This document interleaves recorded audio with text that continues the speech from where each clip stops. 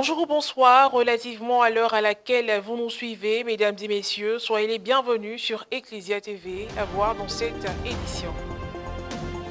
Le dimanche 3 avril dernier s'est tenue la cérémonie des institutions au lectorat et à l'acolytat de 9 séminaristes de l'archidiocèse d'Abidjan et du diocèse de Grand-Bassam. Elle s'est déroulée au séminaire Saint-Paul VI de Cocody et la messe a été présidée par son Excellence Monseigneur Marie-Daniel Dadier, archevêque émérite de Korogo, avec à ses côtés des prêtres anciens du séminaire et d'autres venus d'ailleurs. Et puis hors de nos frontières, la guerre en Ukraine a une fois de plus été mentionnée par le pape François au cours de l'audience générale de ce mercredi 6 avril. Il a fustigé les nouvelles atrocités commises dans la ville de Boutcha contre des civils et a également pointé l'impuissance des Nations Unies dans le conflit actuel. Le point dans cette édition. Le dimanche 3 avril dernier, son Excellence Monseigneur Marie-Daniel Dadier, archevêque émérite de Korogo, a présidé la messe des institutions au lectorat et à l'acolytat de 9 séminaristes du séminaire Saint-Paul VI de Cocody. Une belle cérémonie riche en enseignements qui a eu la participation de nombreux prêtres, parmi lesquels des anciens du séminaire. Plus de détails avec le reportage de Charlène Quadio et Marie Abissier. Archidiocèse d'Abidjan, séminaire universitaire Saint-Paul VI, situé dans la commune de Cocody. Le 3 avril dernier, c'est dans une ambiance harmonieuse que s'est déroulée la cérémonie d'institution au lectorat et à l'acolytat de 9 séminaristes du dit établissement religieux. Ils étaient 5 candidats à l'acolytat et 4 candidats au lectorat. Ces candidats admis aux ordres mineurs sont originaires de l'archidiocèse d'Abidjan et du diocèse de Grand-Bassam. À cette occasion, la messe a été présidée par son Excellence Monseigneur Marie-Daniel Dadier, archevêque émérite de Korogo, en présence des encadreurs du séminaire et d'autres prêtres parmi lesquels des anciens du séminaire et des convives venus apporter leur soutien. Au moment de l'homélie, Monseigneur Marie-Daniel a tout d'abord remercié les pères administrateurs des différents séminaires et chargés de la formation des séminaristes. Je voudrais d'une façon particulière saluer le père recteur et tous les formateurs, qu'ils soient prêtres ou laïcs, qui encadrent. Et merci d'avoir accepté de travailler dans ce séminaire, de vous occuper de la formation de vos jeunes frères. Commentant l'évangile du jour par la suite, le prélat a mis l'accent sur la miséricorde de Dieu en rappelant à l'Assemblée que Dieu éprouve un amour particulier pour le pécheur et qu'en réalité, c'est le péché qu'il n'aime pas. Revenant à l'événement du jour, il a expliqué le rôle que jouent les lecteurs et les acolytes dans l'Église. Le lectorat. Celui qui est admis au lectorat proclame officiellement les lectures au cours de la liturgie, excepté l'évangile qui revient en propre au diacre. En dehors de la célébration liturgique, il veille à la préparation des autres fidèles qui, occasionnellement, doivent lire la Sainte Écriture. Il prépare aussi les fidèles à la réception des sacrements, à la formation biblique et catéchétique. L'acolytat. L'acolytat est institué pour le service de la prière communautaire et de l'Eucharistie. Il veille à la préparation des autres fidèles, appelés occasionnellement à aider le prêtre et le diacre. Il rend visite aux malades et forme à la prière ses frères. Il est au service du corps du Christ dans l'Église et dans l'Eucharistie.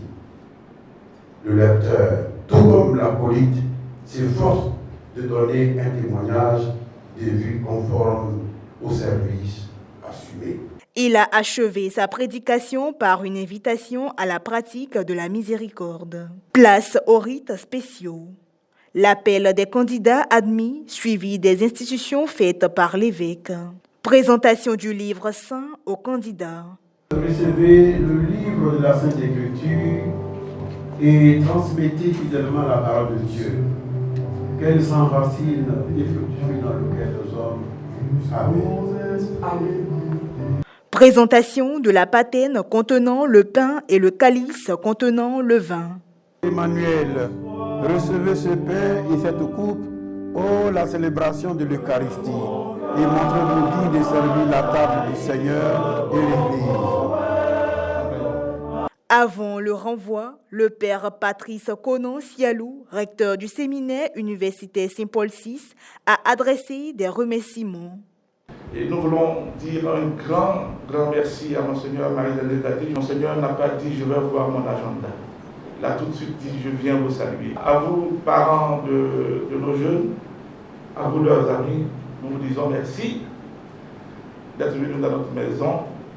Propos recueillis. Aujourd'hui, Dieu m'a fait grâce d'être parmi les heureux élus, voilà, savoir instituer au ministère de la Colita.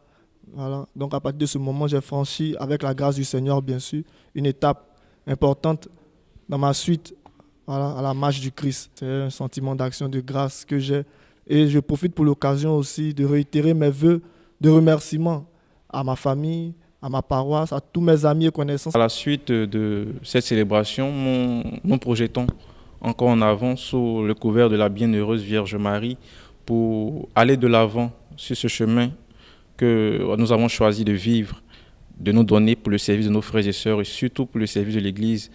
Toujours en Côte d'Ivoire, direction le diocèse de Katiola. Effort de carême et action sociale. Le vendredi 1er avril dernier, les élèves de l'école primaire catholique de Niakara ont procédé à la remise d'un don financier à l'inspecteur à l'issue d'une opération dénommée 100 francs par élève en 24 heures. Une levée de cotisation qui s'est voulu l'effort de carême des enfants.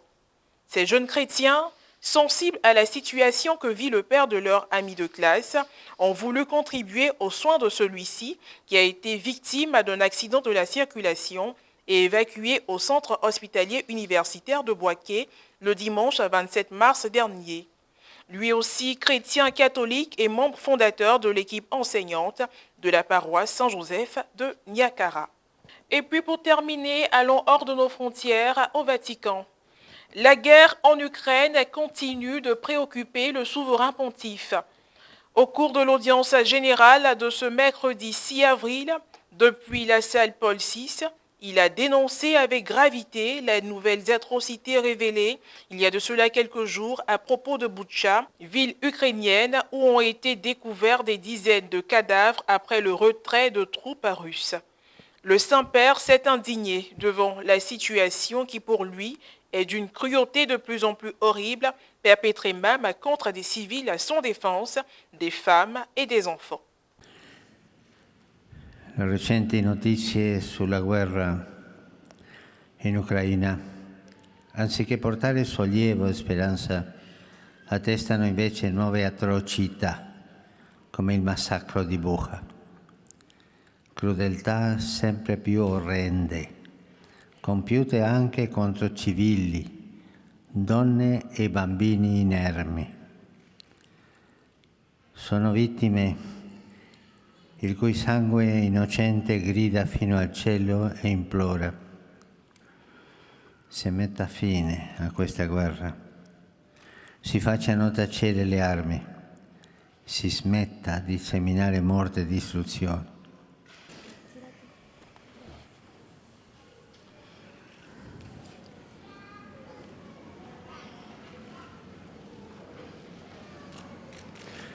Questi bambini sono dovuti fuggire e arrivare a una terra strana. Questo è uno dei frutti della guerra. Non dimentichiamoli e non dimentichiamo il popolo ucraino.